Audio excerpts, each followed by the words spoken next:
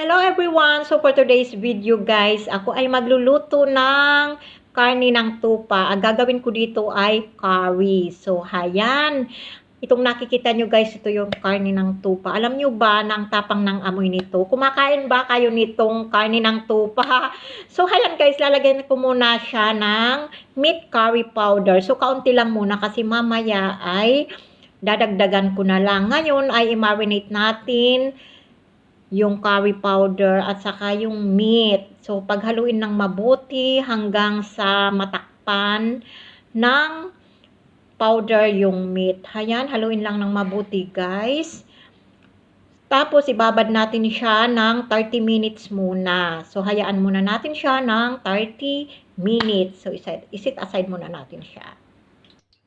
Ngayon ay nagpainit na nga pala ako ng mantika at ilalagay ko muna itong mga spice guys. Ito yung ginagamit sa pagluluto ng mga curry. Kahit anong curry, chicken curry, beef curry, lamb curry, and fish curry. Minsan ginagamitan yan. Ang bango kaya to guys, spice na ito.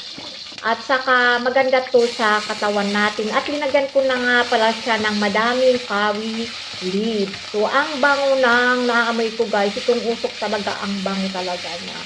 Yung aroma niya is ibang-iba talaga. So, hayan guys, sinuna ko pala itong pinag-fry kay sa bawang saka sibuyas. So, ngayon ay sinunod ko na nga pala yung sibuyas saka bawang. Hayaan muna natin siya hanggang sa magkulay brown. So, hayan guys, haluin lang ng mabuti. Ang bango ng naaamoy ko talaga. Gusto ko yung amoy talaga ng mga spice na ito. Dahil siguro sasanay na ako. So, after 30 minutes ay okay na. Ito, ilalagay ko na nga pala yung pinag-marinate ko karne ng tupa. So, hayan. Hayan guys. Ano lang to? Isang packet lang ito. Hindi naman to madami. So, kasi kami lang naman ni madam yung kakain ito. Dalawang adult lang naman. Kami lang ang adult dito sa bahay. Ang kakain kasi yung mga bata, hindi naman kakain ito guys kasi maanghang. So, hayan nga, hinalo-halo ko na hanggang sa, yan, medyo nasusunog na yung sa ilalim. Kaya linagyan ko na ng tubig. So, hayan, palambutin natin siya guys. Tapos, lalagyan ko nga pala siya ng asin. At saka yung paminta, kaunting asukal, at linagyan ko siya ng beef cubes, dalawa guys. Ayan, beef cubes yung linagay ko. Tapos, haluin lang hanggang pakuluin natin siya hanggang lumambot yung meat. Saka tinakpan ko nga pala para madali guys na matuyo. Wow, ang bango. Natin guys. Pinakuluan ko na siya ng ano na guys, 45 minutes.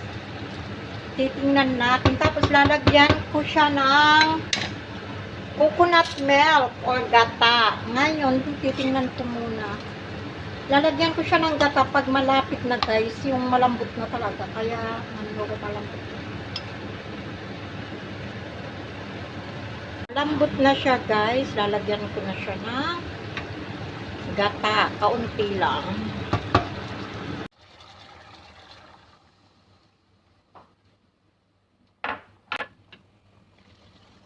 So, ayan guys, pakuluin ko pa ng 10 minutes.